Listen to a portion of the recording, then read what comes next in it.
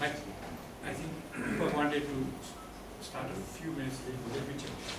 Okay.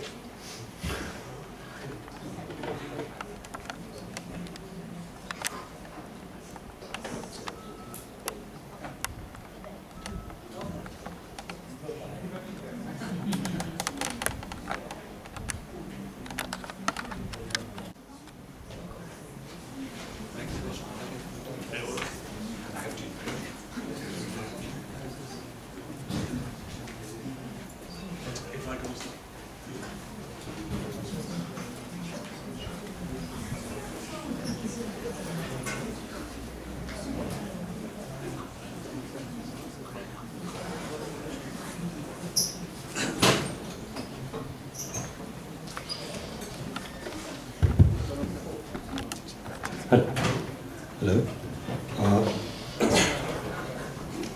Please take your seats. Good afternoon. I'm Deepak Thapa of Social Science Bar. It's my pleasure to welcome you here this afternoon for this, I think what's going to be a very scintillating discussion on very important papers. Today's event is, as you know, is being held under the Nanda R. and Pamela L. Shrestha Fund for Honoring Nepal Scholars. The fund could not have been set up for something more appropriate than this. This is a celebration today, not only of two of Pratyoush Onta's most influential articles, but also of him as a scholar. And it is certainly a happy occasion for Social Science Bar to fete one of our own.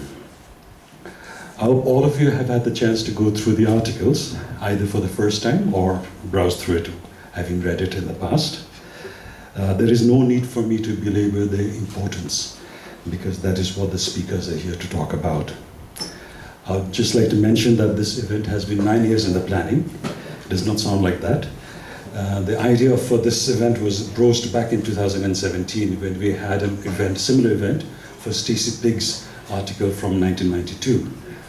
And life took over, and then of course the COVID disruption happened. And we've just been coasting along until last year when Sarah Tama and I resurrected this idea. And it is largely thanks to Sarah's initiative that today has been possible. Thank you, Sarah, for doing this over. I now hand over the proceedings to Michael Hart, Emeritus Professor of Nepali Studies at SOAS, a good friend of many of us here, and also our Pratyoush himself. Mike.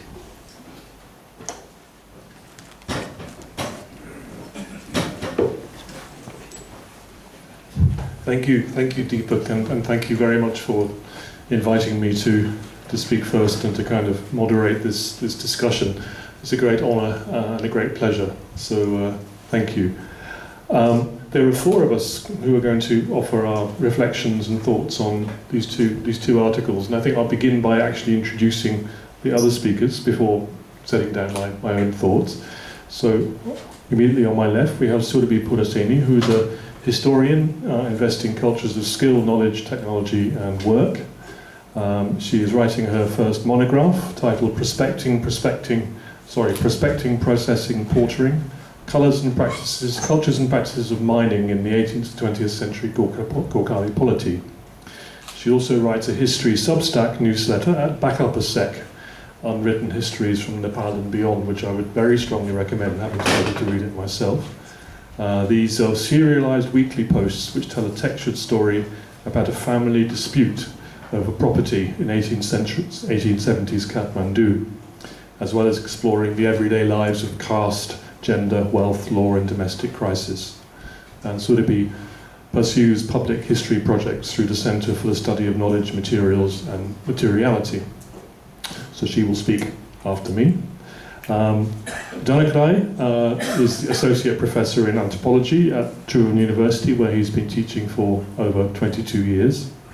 He was awarded his PhD in Anthropology in 2013 by the University of Michigan for a dissertation entitled Activism as Moral Practice, Cultural Politics, Placemaking and Indigenous Movements in Nepal. His research has focused on a wide range of topics, including indigeneity, land, social inclusion, minority rights, development interventions, historical encounters between the state and the Adivasis of the Eastern Terai, disaster resilience, federalism, local government, and the social history of malaria. And last but very much not least is Ajapa Sharma, who did her MA and MPhil from the Center of Historical Studies at JNU in New Delhi, where she worked on the writings of Bisheshwara Prasad Koirala. And we were remembering that I chaired a panel in which Ajapa presented this work at the Bahar conference a whole 10 years ago, which makes me feel very old. Perhaps it doesn't make you quite so old. She was then trained at the Department of History at University of Illinois Chicago, where she worked with our friend Professor Mark Lichty. And she completed her PhD this very year, and her dissertation is a narrative history of Anglo-Nepal extradition that deals with the problem of Nepali sovereignty. She has a 2023 article, Deserting Gurkhas, which engages closely with Pratyoush Onta's conceptions about Gurkha bravery, Nepali identity and sovereignty. So as you can see, we have a very rich panel with a great deal of insight and experience to bring to bear on the subject of today's discussion, these two articles. So I will begin with my own thoughts before handing over to the panel one by one. So reading these two articles again in recent days has taken me back to a key juncture in the development of academic writing on Nepali history and society. I think these articles, their appearance, coincided with, and you may even say they provoked, in some measure, a kind of renegotiation of the relationship between the writings of Nepali researchers on the one hand and those of foreign researchers on the other.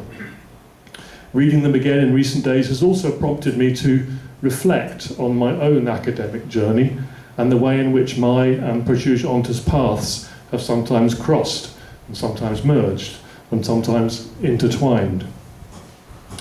We were each born in very different places, into very different families at very different times. He was born into a highly educated Newar family in Kathmandu, which sent him off to the United States to study. And he received his BA in economics in 1988 from Brandeis and his PhD in history from Pennsylvania in 1996. I was born into an English family, none of whose members have ever been to university or travelled abroad, in Cornwall in the far southwest of England. I mystified my relatives by choosing to travel to the 300 miles to London to spend 4 years studying for a language-based South Asian Studies degree. And then I went on to do a PhD on Nepali literature, which I completed in 1984. So by a strange coincidence, although we were working almost literally worlds apart and in very different disciplinary contexts, our two PhD topics overlapped somewhat. In my thesis, which charted the acquisition by Nepali of the status of Rashtrabhasa in Nepal, I too investigated Motiram Bhatta and Bhanubhakta Acharya and the early 20th century Darjeeling scene. In fact, I spent 3 weeks in Darjeeling in 1981 and even met Parasmati Pradhan in Kalimpong. So I was perhaps more interested than many other foreign readers might have been in the content of these essays when they first appeared. Reading them again after so many years, I'm reminded of just how very alive and opinionated and vigorous and vital they are, especially in comparison to the stuff I was writing on similar topics, which was rather dry and rather bookish. Now, I'd met Parasmani and listened to what he said, but Pratyoush Onta had gone much deeper. He'd read Parasmani's entire voluminous memoir. He'd brought his world to life.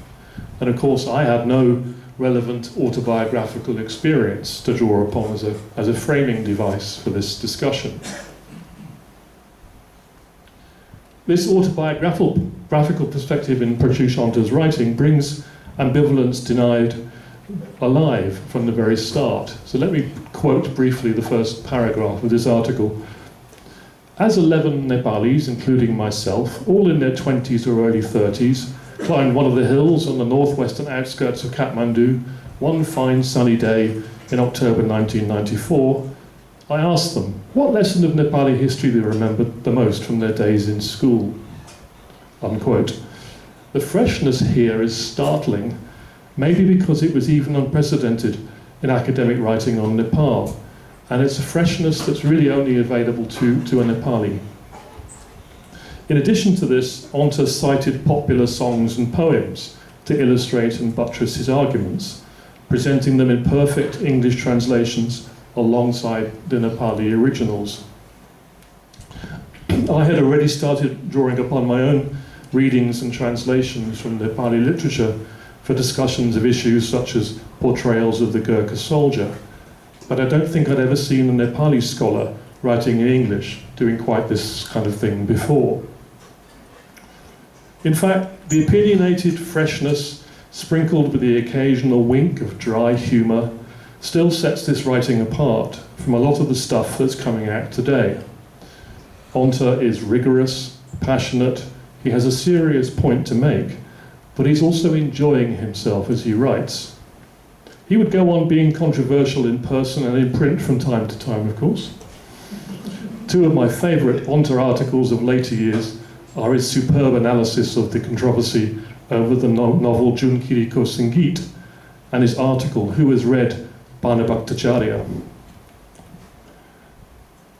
There's an extract from this, I think there isn't time to read it, but he uses phrases like, so the story went, to articulate a kind of skepticism about the historicity of this and so on, and it was pricking bubbles all the time that needed to be pricked.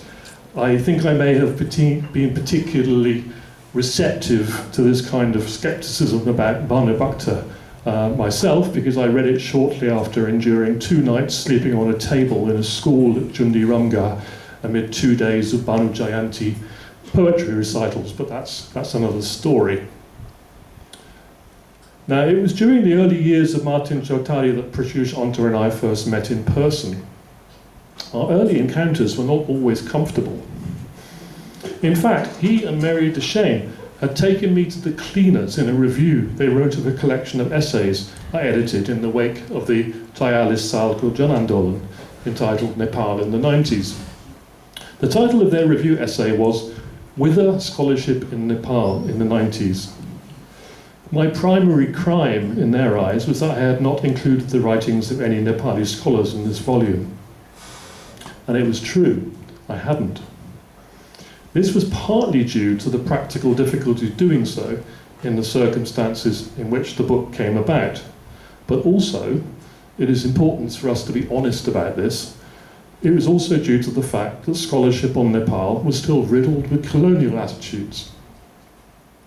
Now, I'm still proud of bringing superb essays like those by Richard Burkhardt and Martin Houghton into print in this book. But once I'd swallowed my pride, I could understand exactly what Pratyoush, Onta and Mary Deshane was saying. I could see that this new generation of internationally trained Nepali researchers was going to shake things up and ruffle feathers, and that is what they did. Academic output inside Nepal faced severe constraints in institutions like Tribhuvan University, and this pushed critical alternative discourse to take root in other places, such as particularly Martin Choudhary. I was pretty fed up of reading works by foreigners, particularly anthropologists, who didn't read or cite anything in Nepali, often because they couldn't. And in Onta's words, this status quo was no longer acceptable scholarly practice.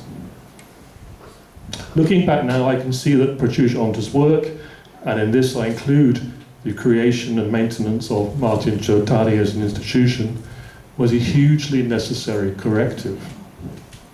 And once forgiven, I think I've been forgiven, I, like so many others, have benefited enormously from it. There have been many other turning points since, of course. 30 years on, it's great that so many Nepalis are now working as academic faculty in the Euro-American West, but it's disappointing in the extreme that many of them seem to have internalized the notion that Nepali is not a language of serious academic literature or discourse. But that's a story for another time. So I will rest there. I've had the pleasure of introducing the 3 other speakers, and I will now turn to them and ask Surabhi Puraseni to take the stage and offer her reflections on these two articles. And thank you very much for your attention.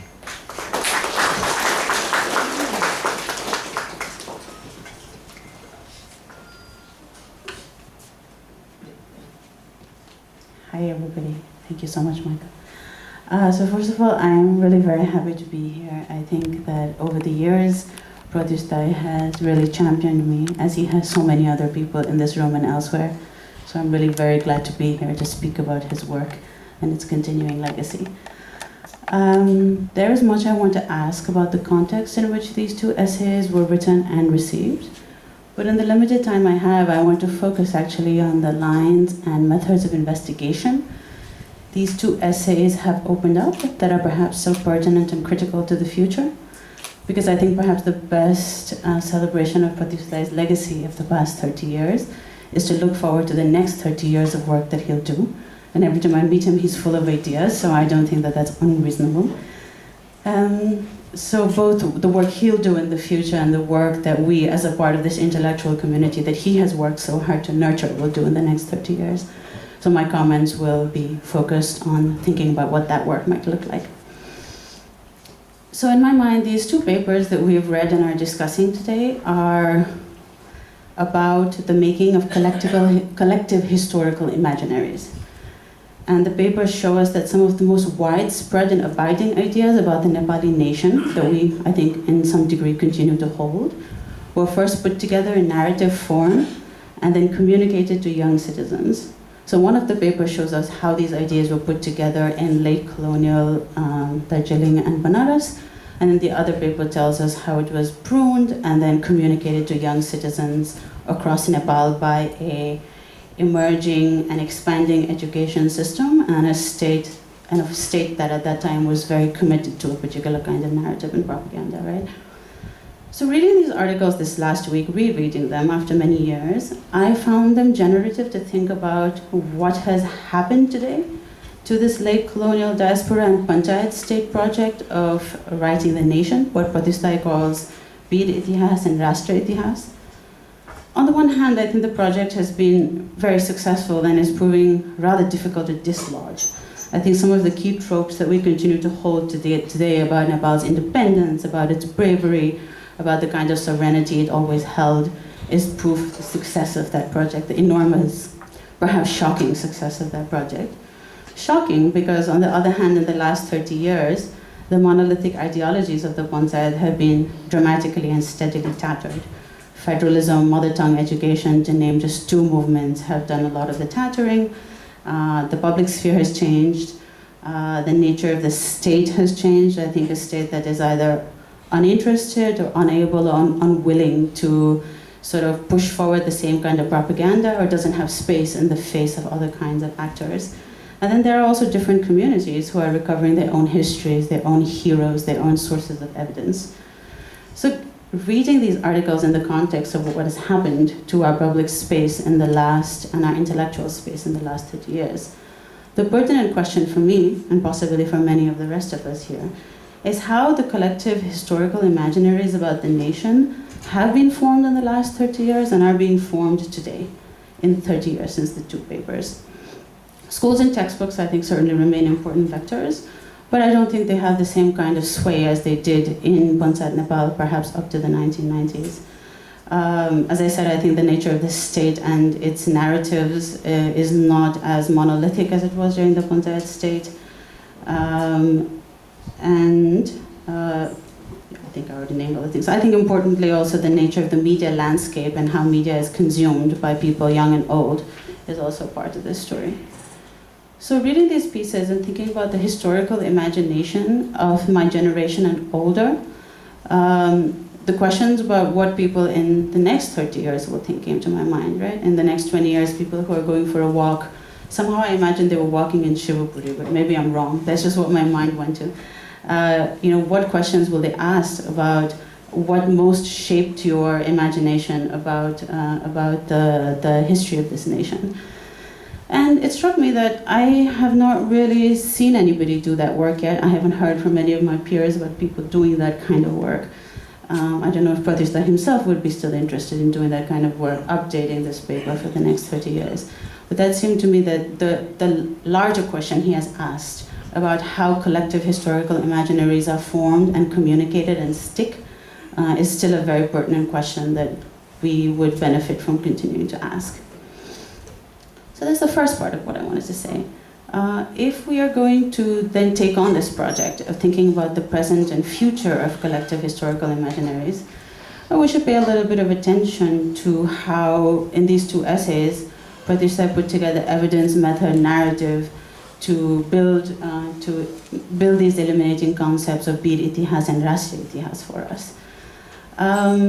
So I think Michael has already talked about this at length, and as a person who was present in these debates, but I did also want to point to the fact that the use of a particular kind of published Nepali language sources and what can be done with them was a very innovative part of what Pratyoush did in these two essays, and has continued to do along with all his other colleagues, Martin Zodari, in the last 30 years, I think.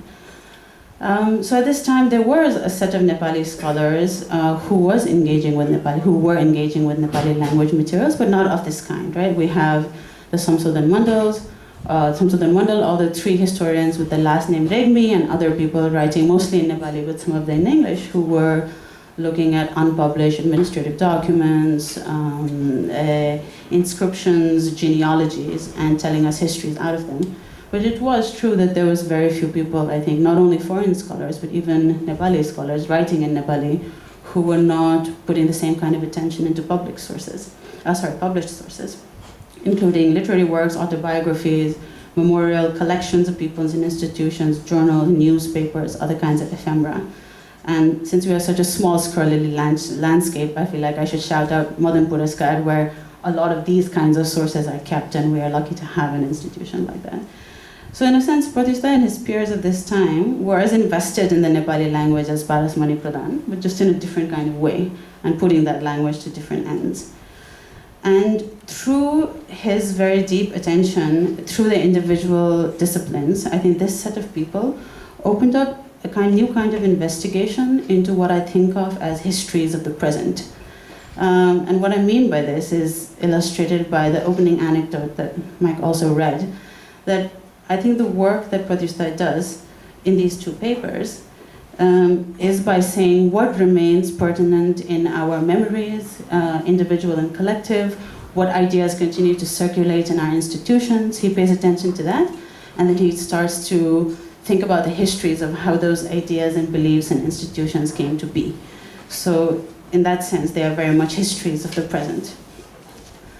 And that is where his abiding interest in Balbhadra and the collective historical imaginary of bravery also arose from. And I think this investment in histories of the present has continued to shape Pratyoush's work in the 30 years since these two papers were published. His list of publications on education, media, and the public sphere, and that of other colleagues in Saudari, I think are proof of that. I would say that two other things are notable about how Pratyoush and the scholars he has mentored and trained pursue these histories of the present. One is that these histories are often traceable somewhere to the post-Satsal period and the Panchayat period. Though recently, I think, work has moved to the first part of the 20th century as well. And the other is that often the organizing logic of how he builds his ideas and narratives focus on individuals. So if we look at these two photos, these two essays, we see people like Parasmani Pradhan, Surya Bikram Gewali, Moti Ram Bhatta as the central characters through whom we get to understand the larger sort of ethos of the time. I lost my place just a second. So those of us coming after Pratyoush, should we wish to take up this question of collective historical imaginaries, and I think we should, need to attend to also these forms of sort of putting together of evidence, method, and narrative that he has set up as a model, and I think pursued for 30 years. And as we pursue the substance of his work, we should look again at the tools and strategies of his workshop as a craftsman of history. If we were to tackle the same question of collective historical imaginaries of the Nepali nation today, we would have to take new kinds of sources. And in many ways, it's easier for us now than it was 30, 35 years ago. Our national archives are a lot more organized. We have a great deal more access to archives elsewhere. Digital media is also a source of archives that we need to attend to. The possibilities to do oral histories are ahead of us. We probably also need to consider languages other than Nepali, and these need to be threaded together into the conversation.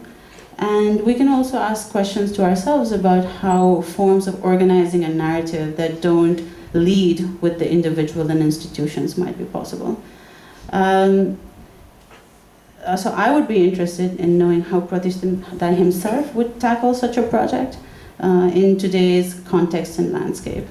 If he was redoing this, both if he was redoing this project about the people in Darjeeling and the Panchayat today, and if he was building something about the last 30 years. In all the conversations I've recently had with him about potential projects he wants to pursue, I have continued to see his investments in these histories of the present, are very interesting ideas, and I look forward to maybe hearing from him today about some of these ideas and how he wants to pursue them, but more importantly, to reading them in the next 30 years. Thank you so much.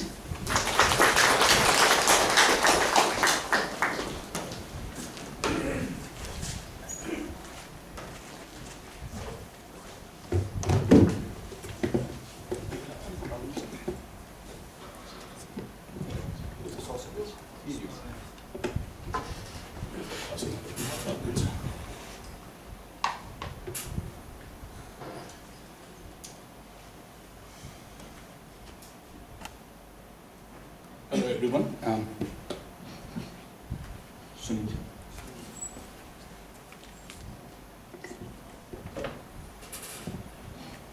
I would like to thank Social Science Baha for inviting me to discuss the imaging works of Pratyoush Onta, whom I consider one of the most important Nepali studies scholars of our generation. I emphasize our generation for a very obvious reason, but now in this time, aligning ourselves with which generation you belong has become very important. That's why. His works have been constant source of inspiration for me and for everyone others. I also want to acknowledge his remarkable contribution in showing for his rigorous and influential scholarship, for most importantly, for making the world realize that academic activities outside universities is doable, is possible, particularly in countries like Nepal, where in the universities, many of us are just there for Jagir Khane, to eat Jagir. I'm also equally honored here to share this platform with such an astounding group of scholars, mostly historians. So I'm kind of feeling the BS cone, like, things like among the historians. I just have 10 minutes as Deepak ji email us, so I will try to be very brief. So I'm not going to detail on the details of the article, but let me clarify my position here. I read these two articles as a student of anthropology with an interest in history. I know very little about the craft of historical research and writing. For instance, I study ritual ethnographically to understand how people understand their ancestral past in modern Tarai, or use myths and story people tell us to illustrate the history of Eastern Adivasi encounter in Tarai jungle a long time ago. No archive, mostly what people say. So this way of understanding history, it seems, is different from the ways Pratyoush has written, crafted historical narratives in these two articles, which are based on textual analysis of the popular writings published in the early 20th century and the Panchayat era textbooks. However, despite these differences, I found these articles insightful and innovative in the ways Pratyoush has used unconventional sources for the time during the, in the 1960 sources, magazine, literary writings, biographies, and textbook for understanding the making of Rashtriya Itihas, both by individuals and by the state. I also found these articles close to my personal biography. Like Pratyoush, I grew up as a school student during the Panchayat period, celebrating Bhanu Jayanti or feeling sense of strong patriotism while reading the very history of Balabhadra. And for a generation of my time, for us, I think that I knew more about Pratyoush Sahab, Bhanubhakta, Balabhadra than many of my relatives. Well, you know, reflecting on these school days and how I grew up as a student of Nepali society, I also wrote somewhere that I grew up to become a Nepali without becoming a Rai. And thanks also to the history gone wrong in the Rashtriya Itihas. So let me just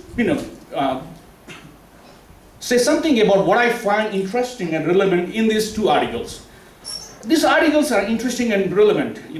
I must also confess here that I did not read these articles during 1996 when it was published. I was just an MA student, roaming around in TU. Our school training, our university training did not introduce us to the article like Pratyoush has written.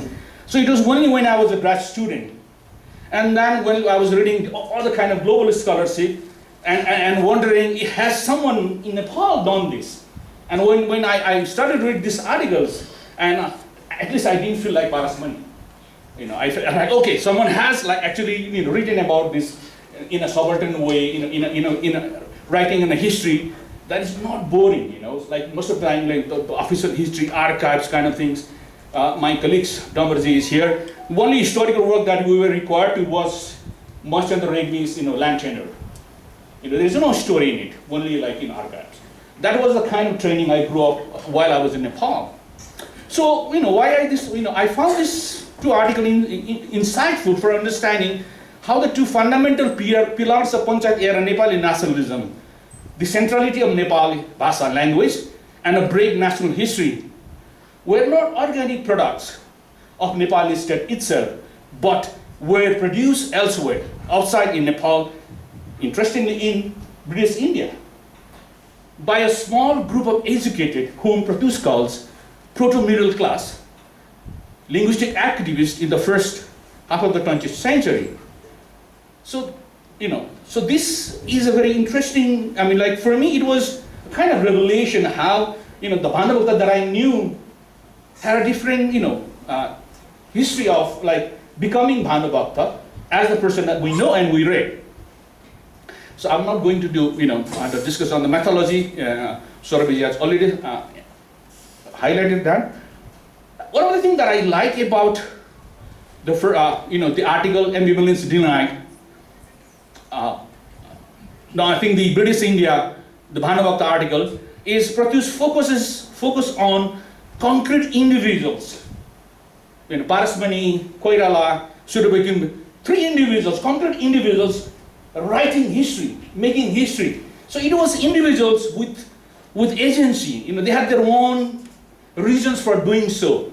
So it was not just a structured larger, but the individual taking up the writing of a history, doing history in the way they thought was important there. But some of the important points that comes to my mind reading that was, some of the issues that I was trying to read and grapple myself was the question of Jati and Rashtra. In these writings, these scholars, these linguistic activists are using the idea of Jati improvement and the question of Jati. So when I'm reading this article, even now, I get kind of confused between the overlap between the use of Jati, is it Gorkha Jati as a community, or Gorkha Bhasha, and then later on Nepal.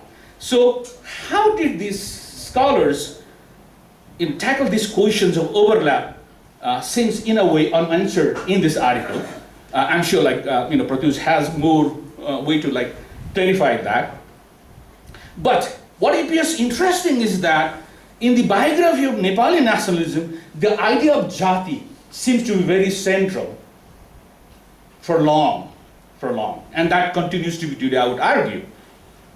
So the other thing that comes again in these articles is how all these scholars, activists, saw diversity as a problem, not as a strength. For example, definitely there is a class-based idea, but Parasmani and all the things, they needed to standardize Nepali language because there was already a Gorkhali community, and there were Tamang, there were Rai, so they wanted everyone to take Nepali language as a devotion, so that they can become a civilized jati, so that the British, the colonial administrative units such as the Calcutta University would recognize, the language as the language of these Gorkhali people. So the idea that diversity is a problem seems to be one of the major central, historical ideology that still continues to, persist today. And even though Pratyoush does not go there, but my reading is that how everyone, and this is where Bhanubhakta becomes very important, because Bhanubhakta's language, Nepali language, it seems to be very, very authentically Nepali, and also it has the Hindu. It was a language of Ramayana. So there was already a Christian group of scholars in Darjeeling who were using, kind of vernacular Nepali to convert Nepali Gorkhali community into Christianity. So there was a debate between this Christianity late Nepali use of Nepali Bhasha versus what they want, a very kind of pure, the pure language Easternization. In that sense also, Bhanubhakta became an important icon, and that's how they also promoted that. So there is also class, masculinity, and Hinduism. I will leave it there, but somehow what is important in this historical narrative is a very much like three man or some man writing and asking the other Gorkhali man to wake up. Gorkhali Dajubai, utnos, kati sutne, utnos, jagnos. So it was a man, three man asking the other Gorkhali Dajubai to wake up. So these narratives were utterly gendered, utterly masculine. The Bir history was utterly masculine. Somehow Pratyoush also does not, it may not have become his, the paper's focus, but that's where he doesn't go. The Panchayat textbook, it's one of the brilliant articles in the sense, it is one of the few articles in that time which has used school textbook as a source of writing historical narratives. I think before that, Stacey Peak has also written about school textbook. So the two books, two articles came, together, and I think it was very important, in a way, like how, how to understand, because later on, obviously, school and school textbook as a, as a subject of studies has become very popular now, but I think it was one of the pioneering work in history, in talking about the Rashtriya Itihas. So what is interesting about this article is that, Pratyoush uses, and was Reynolds' famous saying that getting its history wrong is a part of being a nation. So which I would read as, politics of erasure is a fundamental tenet of any national imagination. And I think what Pratyoush was trying to do here, and which he does beautifully, is like showing the historian why they should look at the making of Rashtriya Itihas before we can predict, or before we can talk about what new kind of Itihas can we make or can we create.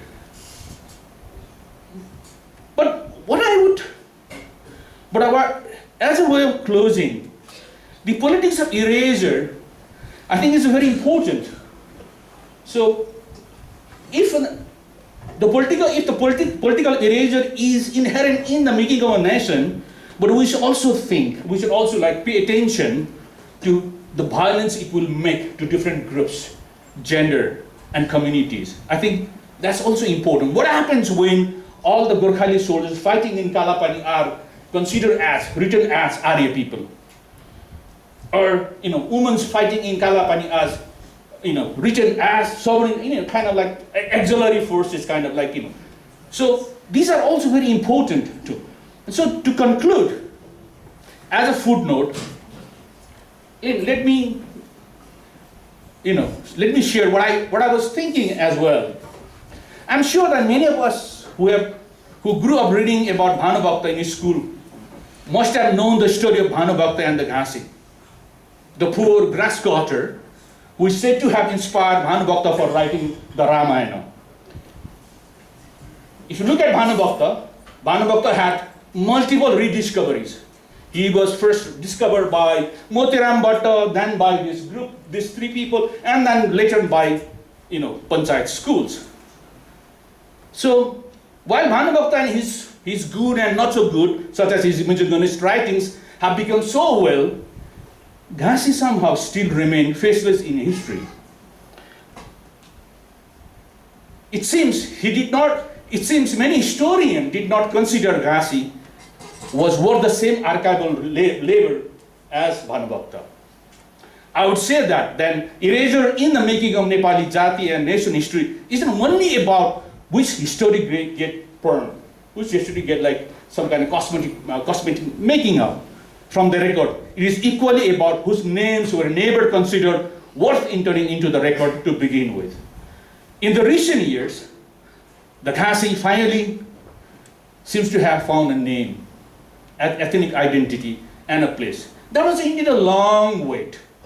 From the rediscovery of Bhanubhakta in the early 20th century to the political transformation into a secular republic and inclusive nation state in the present time. That's when Ghasi now has a name, an identity. When official historians fail, the making of history does not stop, despite the pruning and erasure by those in power. Individuals and people have the sovereign agency to write their history on their own terms. And the battle of history creates the pluralities of Rashtriya Itihas that we need. Thank you very much.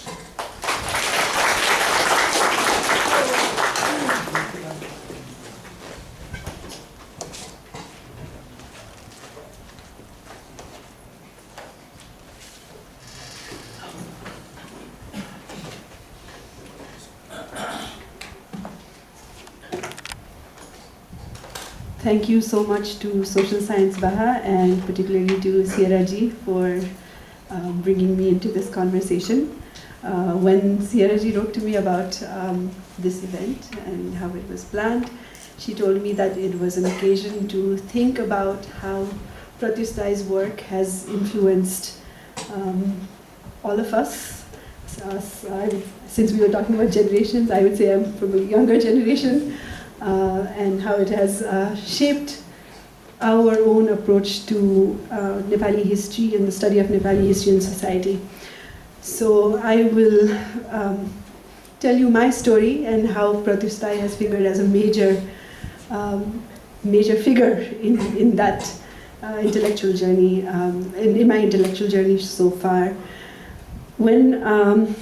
So I went to the US to pursue my undergraduate studies in 2009, and like many from my background, I didn't think I would be pursuing history or social sciences even, and I didn't think I would be thinking about Nepal, but once I was in that liberal arts college environment and given the chance to explore a broad range of subjects, I was drawn towards history and South Asian history.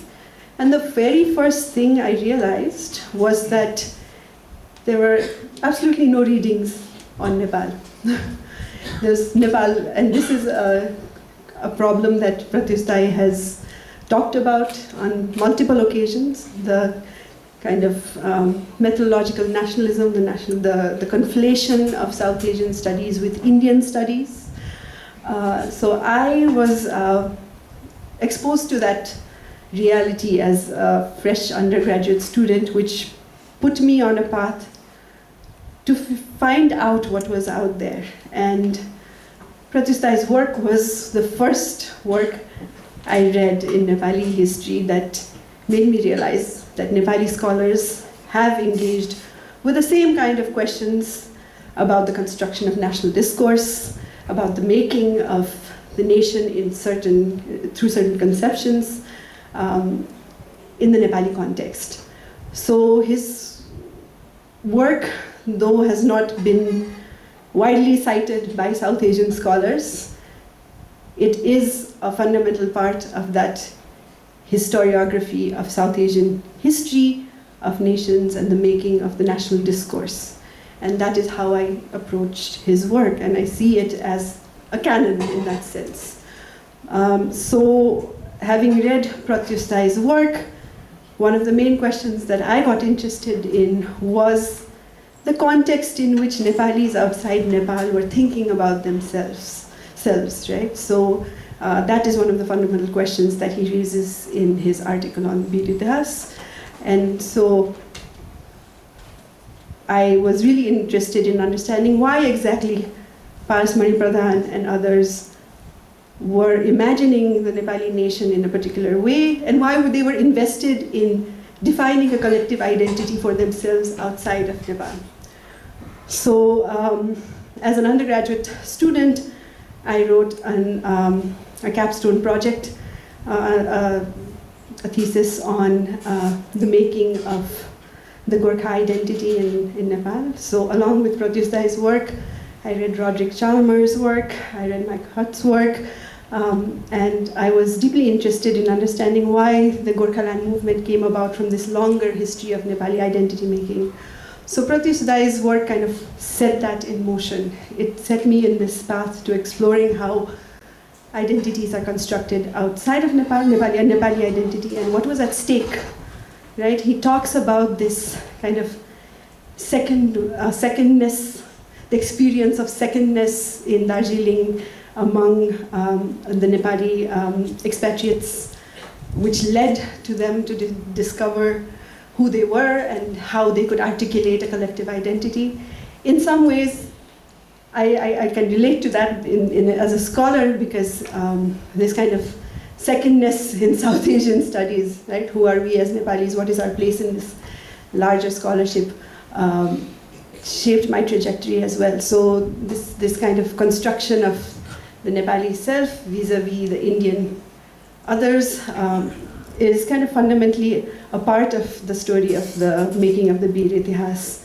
And I think he captures that kind of feeling of wanting to make sense of oneself as Nepal, as a nation, and kind of creating a kind of culturally homogeneous identity in order to do that, to tackle others.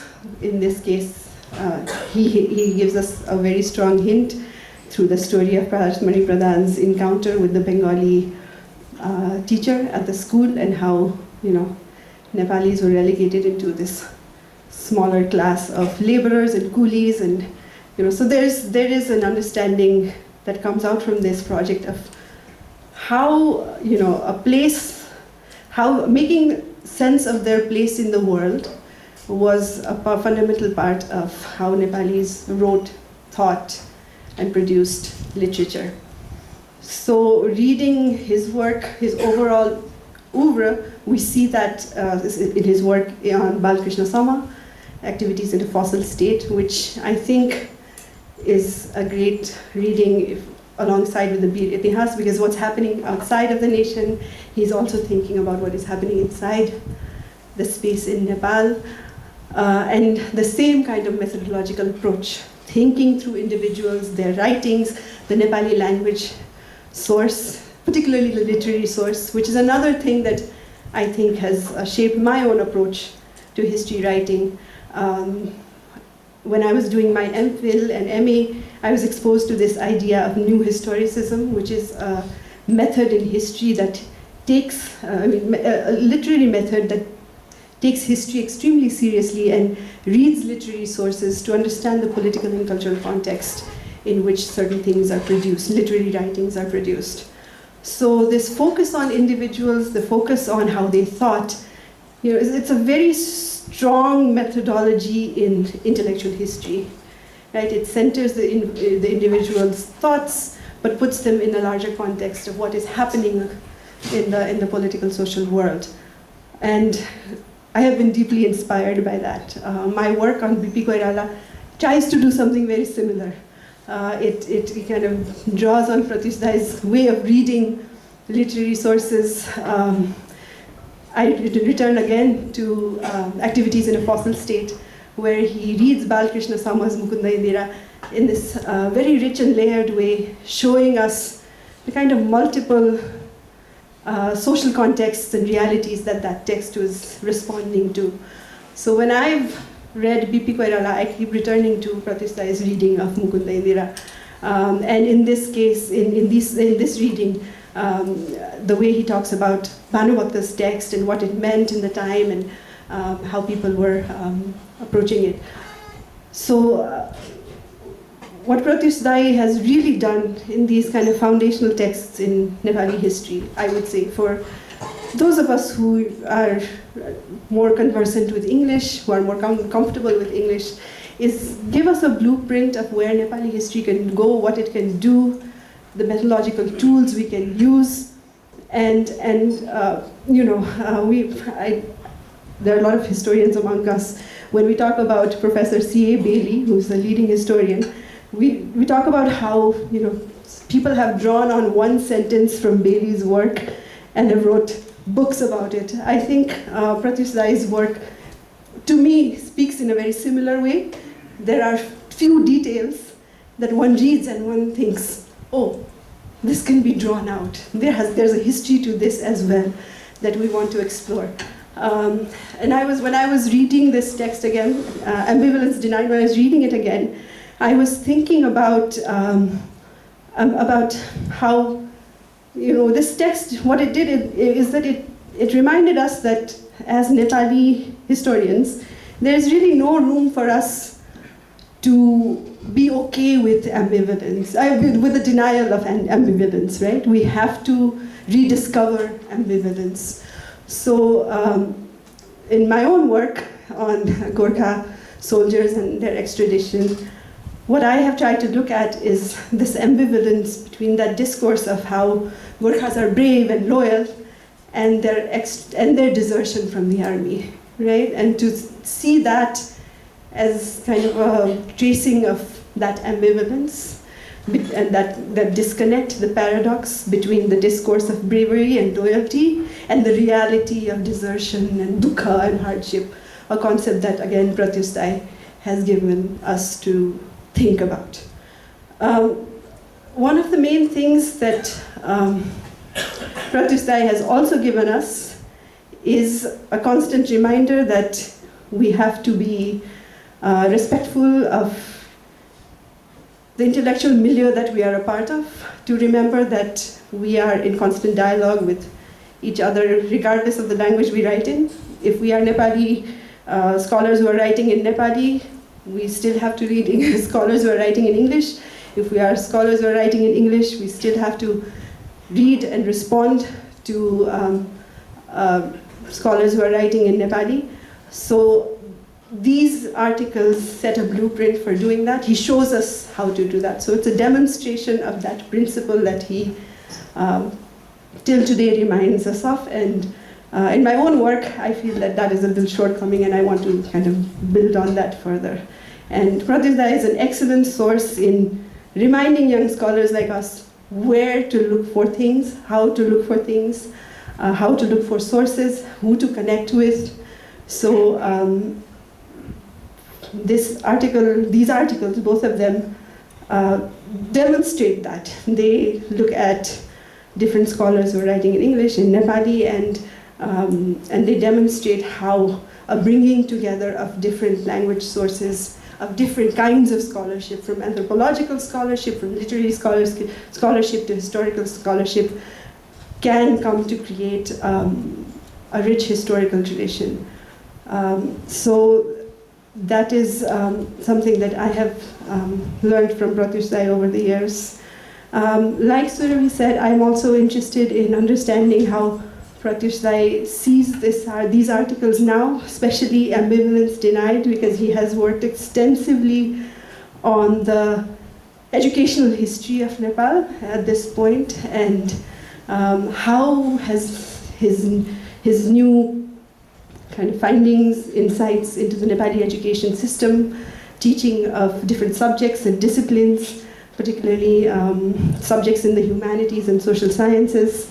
How does he approach this particular article, Ambivalence Denied, now that he has, learned so much about Nepali educational history? That is something that I'm deeply interested in knowing from him. And I think I would like to end there, and I would love to be asking a few more questions when we sit down to talk. Thank you so much.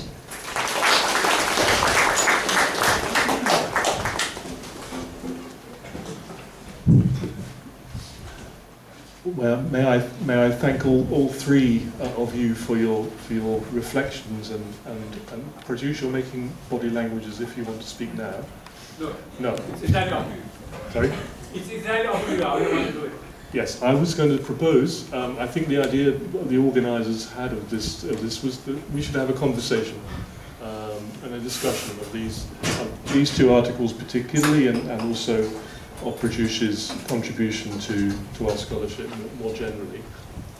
I propose it at the end of that we do turn to Pratyoush and ask him to respond. It would seem unnatural not to, and almost rude.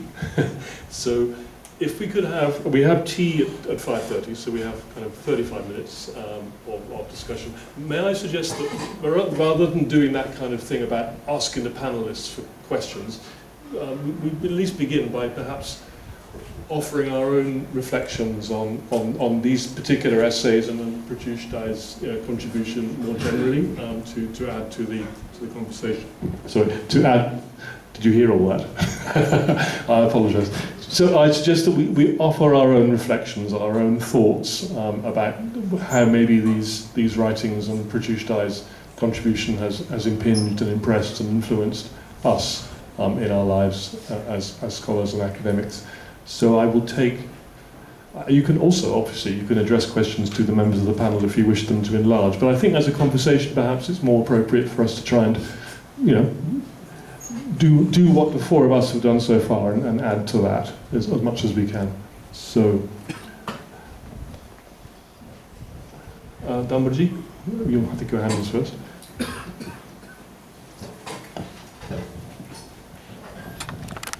Thank you. Wonderful.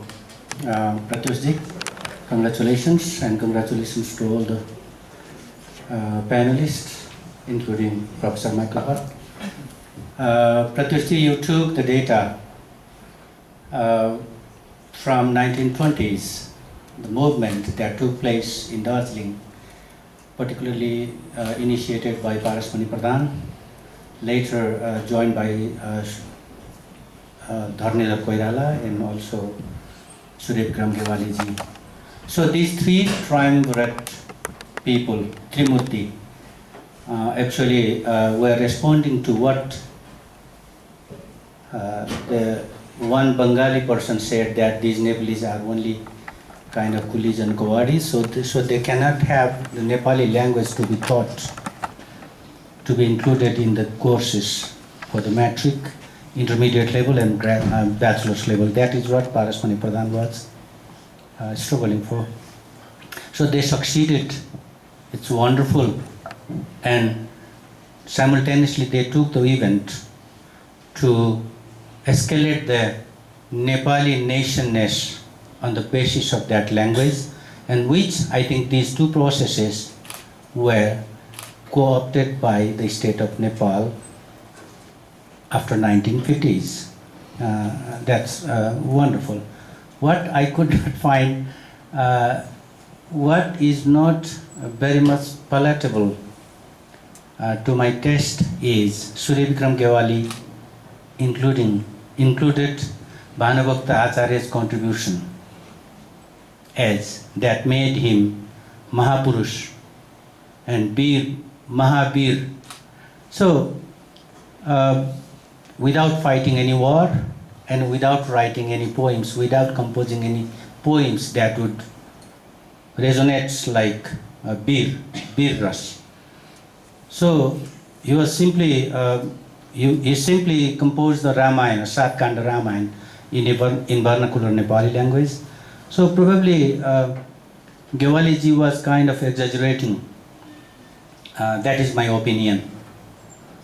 For the sake of Nepali people as Bir, not the coolies, not the Kowadis. Number one. Number two was like why you were so focused on these three people,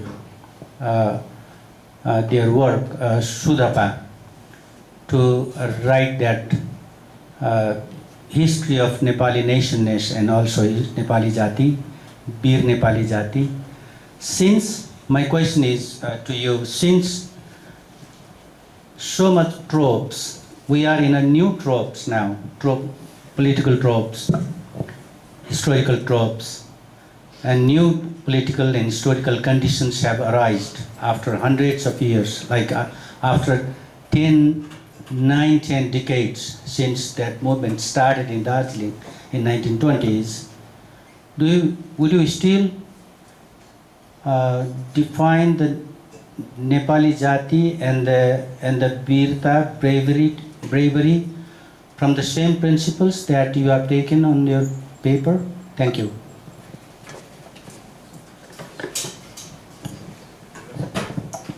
That's a question for you to respond to in due course, if you would like to. More thoughts, more comments, more questions, please. Please.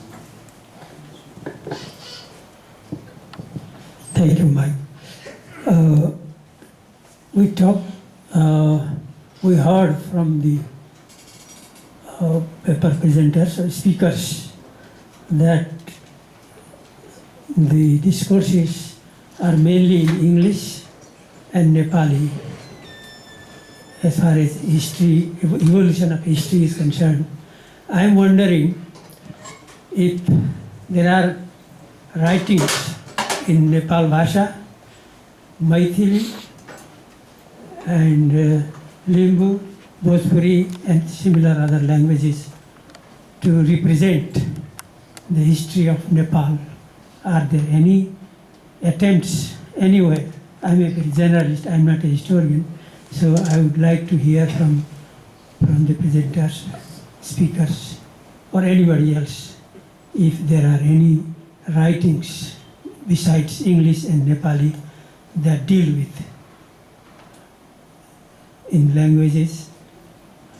history in languages other than Nepali and English. Thank you. I think the point was made, perhaps by Ajappa, that there must be, and that, that these are materials that historians should. I mean, would that be correct? So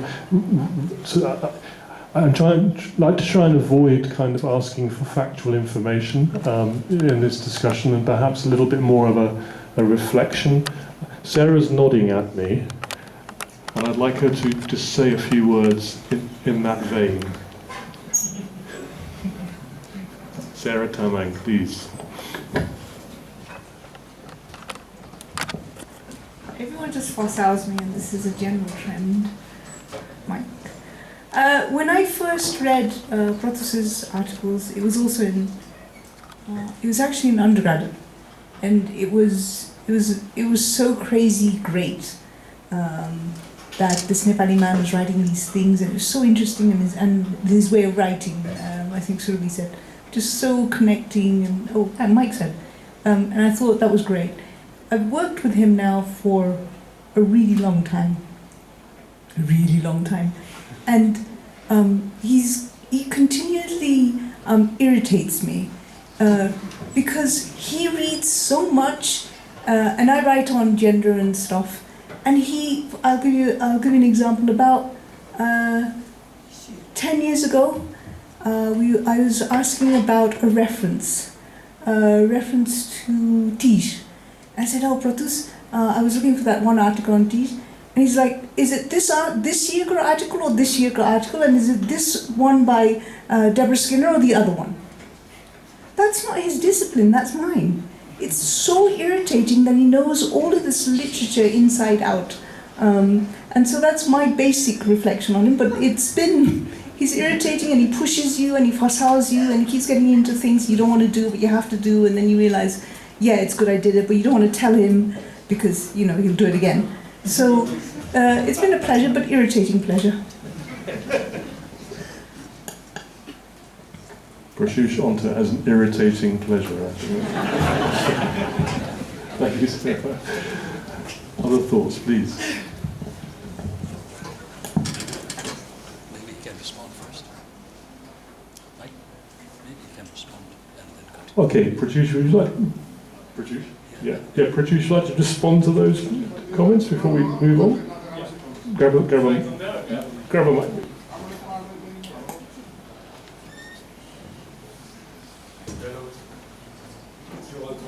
Hello. Yeah. First of all, thanks for the very generous comments from all of you here, and also for all of you for coming here. And some of the Gen G members of my extended family were asked to be here. Maybe they would perhaps they would have chosen to be somewhere else. So thanks to the three at the back as well. Let me address some issues that have come up, but also remind you about a few things that most of you probably don't know. Those of you who have actually read my dissertation, it begins by talking about, or basically posing the question, that why is it that the rest of the world thinks of Gurkhas as very brave soldiers, but those of us who grew up in Panchayat, Nepal and went to school during the 1970s actually read nothing about them. When I wrote my proposal, after I passed my PhD qualifying exams in October 1991, and around the same time, very soon after that, I wrote up my proposal about studying the recruitment of Gurkhas in the British Army as a way of looking at the colonial sociology of knowledge that had been basically the field for South Asian studies had been established by Barneycourt and had been elaborated by many of his students. But when I actually got down to doing the research in 92 and 93 at the National Archives of India, I basically encountered two issues. One, that diplomatic historians who had done work on Nepal-India connection and written about the British connection, the British Gorkha connection, had actually exhausted and read most of the files in New Delhi. You've seen those files, they probably had my name on it as well. So after reading these files for about 8 months, including the Delhi summer of 1993, I ran into the problem that the project that I had actually wanted to do and gotten funding for had already been done by other people. So I had to do a dance to actually create a dissertation that had something new to offer. That's when, if you go to chapter 3 of my dissertation, that's when the real dissertation starts, which is the Bhanuvakta dance shows up there, followed by Balkrishna Sama, followed by the chapter on ambivalence denied. 3 of the chapters that, 2 of which were published in 96, 1 was published in 97. And so, just to remind the context, I think those of us who have done PhD dissertations reach a stage in the course of doing that work where we are so desperate to finish it because every morning somebody in your family or your friends ask you, Sidhu? And we get very desperate to finish. And at that time, I think some of that desperation forces us to be really, put it all together and not be very worried about whether you're saying anything new or not. I also had the advantage of having a dissertation supervisor in Dr. David Lawton, who asked me in late 1991 if I had plans to pursue a job in the US or go back to Nepal and actually start a career there. When I told him that I had no plans to pursue jobs in the US, he just said, give me a dissertation that's this thick, that will not embarrass you or me when you leave from here. And so it became easy for me to write the dissertation in ways that were, not necessarily compatible with how it must have been written if I was looking for jobs in the US. So that also explains why I could write this dissertation in a very personalized way.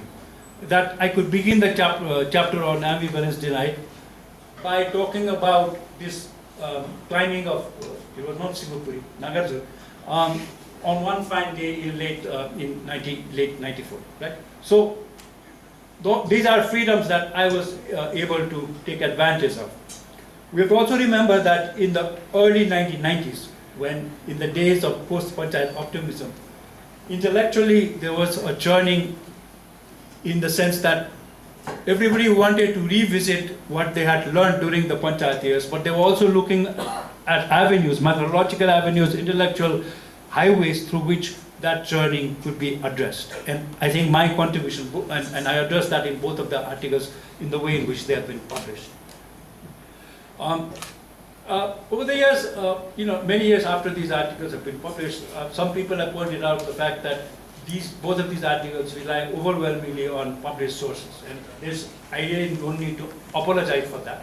The nature of the public life, the nature of the public circulation of ideas that I was trying to document and analyze happened through the domain of published sources. So in some ways, Surabhi, Adapa, Abbas, who've just finished their PhD in the last 2 years, have done far extensive archival, non-published based sources, their dissertations. I haven't read Abbas's, but Surabhi's and Ajapa's have looked at some of the same files that I have studied, but then extensively they work in the National Archives in Nepal. What that means is, although I used extensively the published sources, I think there are other ways in which these issues could have also been addressed at that time or now. In the second article, which many of you and many students continue to read, this is the Ambivalence Denied article. Among all the people I asked, I shared the draft with, Dr. Pratyoush Sharma, that great mind, was the only person who told me in March 1996 that the evidence I was presenting with respect to Bhanubhadra and the disappearance of Gajai Kale was inadequate, actually, to make the argument I was making about pruning. And he was both right and wrong. Right because when you read the article, the sources I used to make a very large argument relies upon a very small set of published texts on Bhalbhadra and Gajagale. But upon the 30 years after this article has been around, I continue to come across sources both in the public media and in other kinds of writings that continue to actually highlight the same pruning that had happened in other sectors. And so if I were to rewrite this article, I could marshal an evidence set that would be far more extensive today than was possible to me, than I had knowledge of in 1996. In terms of missed opportunities, some of which have been already pointed out by several of you. Sonakji said, I did not answer the question about if diversity has a problem. The very masculine nature of the sources I use, these are very limitations of the work I was trying to do. In some ways, you could say that both of these articles were autobiographical, although the second one, Ambivalence Denied, explicitly begins by referring to this conversation I had with friends. When I realized that I had to write a dissertation that had to tell something new that had not already been told by diplomatic historians of the first generation of historians of post-independence India, or by Mary Dicin in our 1991 dissertation submitted to Stanford, I immediately realized that what I was most interested in was trying to answer how did Bhanubhakta actually become all of our Baje. No, it's not as if I know exactly who her grandfather was or she, my grandfather, but we all know so much about Bhanubhakta, and we're walking around knowing so much information about Bhanubhakta and his encounter not only with Ghazi but what he wrote, etc.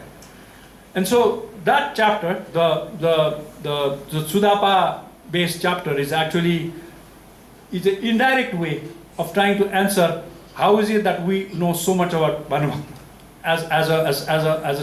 as a child growing up in Kathmandu in the 1970s. The second one obviously relies so much on the textbooks I myself read in school. So in trying to be autobiographical and in trying to explain what I knew about Bhanubhakta, Balbhadra and the like, I obviously had limitations about what I could do. And what I couldn't do then have been now extended by many others, including the whole gendered nation analysis has been extended by Sarah Tamang in very important articles.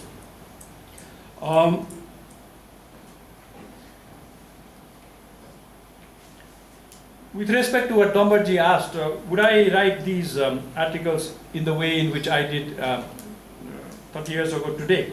I probably wouldn't. I know far more about sources today, but also some of the issues that have come up in Nepali public life in the last 30 years would have forced me to frame this analysis perhaps in some other way. I should add one last point. I will not be able to answer everything that has been brought up by the journalist commentators, but I do plan to keep on working. I'm not sure for 30 years. I see my 87-year-old father reading and writing for 10 hours a day. I hope to do that for as long as I can. But the questions that I am more animated about today is to document the intellectual lives of people who were important right after the 2007 सालको juncture in Nepal. The chapter I wrote, a very long chapter I wrote in the book, the last book that we put together, Nepal in the long 1950s, is one of the projects that I've been trying to do for the last 10-15 years. There are two other chapters that are in semi-complete stages that I haven't had a chance to work on, but I intend to do that. One thing that should definitely be mentioned is that younger researchers, to a few here, and others in the room have access to a far better archive today, partly because of something that happened also in 1996. Partly due to the conversations that Mary Racine and I had. She got a grant from the Werner Foundation to do a major research project in Nepal. She spent $10,000 of her personal money to buy a microfilming machine and got it shipped here. And that is how Madan Puraskar Pustakalaya was able to do all the microfilms whose benefits now we can enjoy. So from Chandra, Janmabhoomi, and many others periodicals whose digital or microfilm avatars are available in Chicago or elsewhere in the world have all originated from the microfilming that was done at Mapopo. Gorkha Sanchar now is available online. Our colleague Devendra has used that extensively. Rook also has used that extensively. We now also benefit from the fact that the National Archives in India and increasingly state archives in India and possibly private archives in private universities in India will also digitize many of their collections. The papers that were presented last week by two of my Totali colleagues, Ramesh and Rook, both benefited from the fact that you don't have to go to Delhi to do research on the National Archives. Rook's research on the post-war reconstruction fund and how the fund actually supported schools in Siangda benefited from the fact that you can now read these documents sitting in Kathmandu and so forth.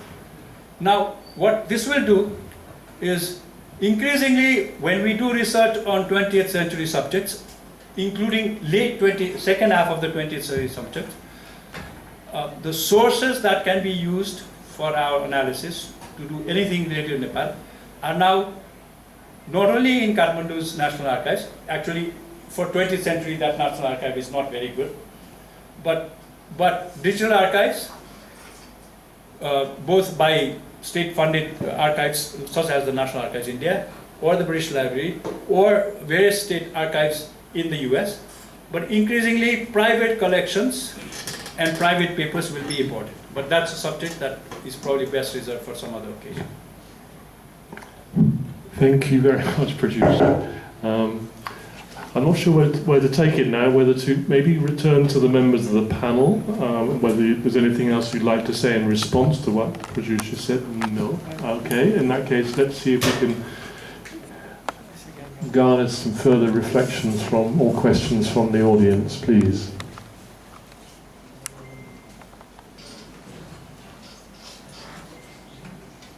Yeah, at the back, please. Yeah.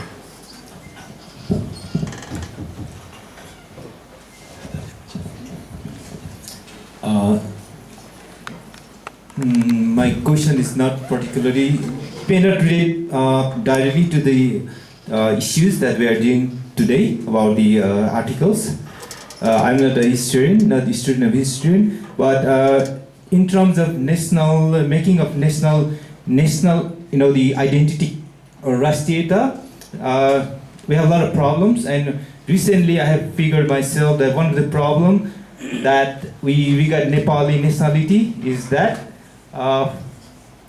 let's say, okay, for Himal is Nepal, Tara is Nepal, but the people living in Himalayas are Bhotes, and people living in Madhesis are Indians or the Madhesis.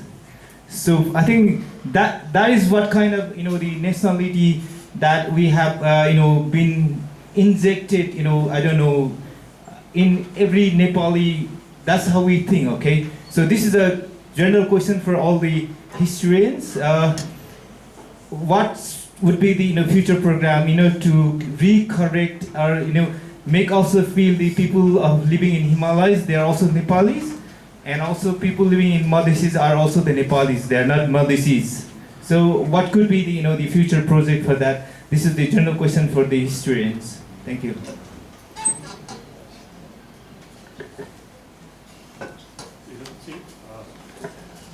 Is that a question that to which there is a response from the panel or from Pratyoush? It seems to be a very huge question, and a very obviously one that sort of comes up in all kinds of different contexts as well. And I think perhaps one of the points of Pratyoush's work has been to actually demonstrate how that has been produced in a way with the dominance of the Nepali-speaking culture, the cult of Bhanu Bhakta, and so has had to some extent an exclusionary effect on what have come to seem to be the marginal sides of Nepali society and culture. Pratyoush, you look as if you want to say something about that. In my earlier response, I forgot to respond to what Mr. Bhattrai had said, which is perhaps two things, right? He didn't quite put it this way, but I reinterpreted his question, saying that is there any Rashtriya Itihas or Bir Itihas in Nepal Bhasha or Maithili or Limbu? I don't know the answer to that question, if that's what you meant. It will be very interesting for a young historian or a scholar of literature to actually delve into the corpus of writings in Nepal Bhasha or Maithili or Limbu and many other languages and see if the Bir Itihas of Surya Bikram Gewali and his cohort had great influence or any influence on the production in the post-1940 period. Because I think, as I demonstrate in the first article here and at greater length in an article that I published in 1999, I think the trajectory, once Bhanubhakta's symbolic identity is imported into Nepal in roughly 1940, the trajectory of how Bhanubhakta as a nationalist hero in Darjeeling and in Nepal begins to diverge greatly. In Nepal, the cultivation is very state invested, and the extensive nature of our memories and how Bhanubhakta is celebrated becomes far more emphasized here than in Darjeeling. With respect to your point, I think it remains to be seen how the exclusionary nature of how this particular trajectory of Nepali nationalism, which has continued to influence our day-to-day conversations, if you look at newspapers that came out in the last 3-4 days about first a missing and now a famous mountaineer who's passed away, question related to his nationality, etc., reminds us that we're still living with the product of the particular brand of nationalism whose early years I tried to document. So your question is a question that's been discussed at some length when we were trying earlier to write a more inclusive constitution, the 2015 one, and it continues to be a question that should be that should animate public life. But as historians, I think we should also be very careful about what would be the best contribution as historians we can make to that conversation. As I point out in one of these 2 articles that we are talking about here today, my position is not to create a new national narrative that is equally vacuous, but to be careful as historians to demonstrate how we've come to be. I would only say that much today. Thank you, Pratyoush. Could you write that answer down after the seminar? Because I'd like to read it again. If there's nothing, can I? Sorry? If there's nothing, no one else speaking, can I? Yes, Deepak, please, please, please. I didn't want to take the space. But anyway, I've always wanted to ask, and I should have asked you in the many decades that I've known you. We used to read the same books in school. So I've been quite curious to understand. So what was your understanding of people like Gajay Ghale and the Bir Gorkhas as a child when growing up? I obviously, since I studied the same textbooks, but I also happened to study in Darjeeling for some years, so I got to read Gajay Ghale there. Also had the added advantage of coming from a Gorkha family, so I had that family legacy as well, just like Ajapa has. So like, I understand where Ajapa is coming from. But your understanding of Gorkhalis, was it something that you came across as an adult, as a student in the US? And or, you know, the question basically is, so what did you understand Gorkhas were as a child growing up in school?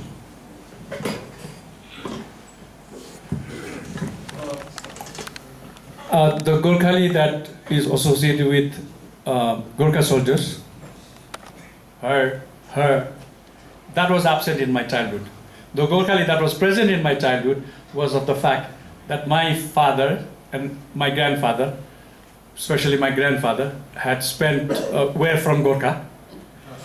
And if you look at the appendix in historical works of the names of people who were apprehended, arrested in Bikram Sambat 1997, my grandfather's name showed up as Ganesh Raj, either Onta Gorkhali or as Ganesh Raj Shrestha Gorkhali. So the Gorkhali is actually appended to his name. So the only Gorkhali I knew while growing up in Thamel was that Gorkhali, not the brave Gorkhas of the other variety.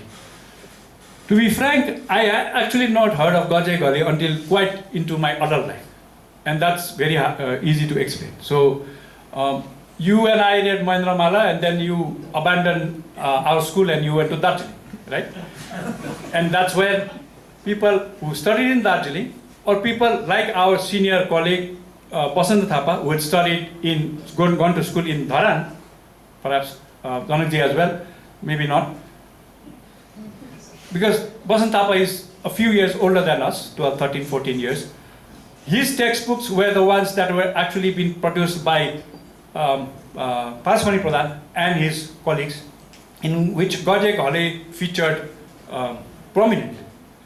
Our Mahendra Mala, and that was the point I was making in Ambivalence, right, did not feature Gajay Ghale because it was not, that Gajay Ghale's story didn't fit into the Panchayat mode of national memory that was being inculcated to us through our textbooks. So I don't know if I answered the question, but Gajay Ghale was not present in my life until much later in the dissertation phase, when I had a very long conversation with Basanta Dai, and then I actually kept checking with people of his generation, to make sure that it was just not Basanta Dai who was telling me the story, and I had it corroborated from other individuals who were of his generation. Thank you. I think we're out of time, so I think all that remains for me to do is to thank Social Science Baha for organising and hosting this, and Sarah, I think, for the idea in the first instance. I'd like to thank members of the panel very much indeed, Surabi, Janak, Ajapa, for your very thoughtful reflections on Pratyoush's articles and his general contribution. Thank you for your questions and comments, and Pratyoush, thank you again for your very interesting and very thorough replies. I think this Jiapan is outside the door, so we will reconvene over tea. Thank you very much.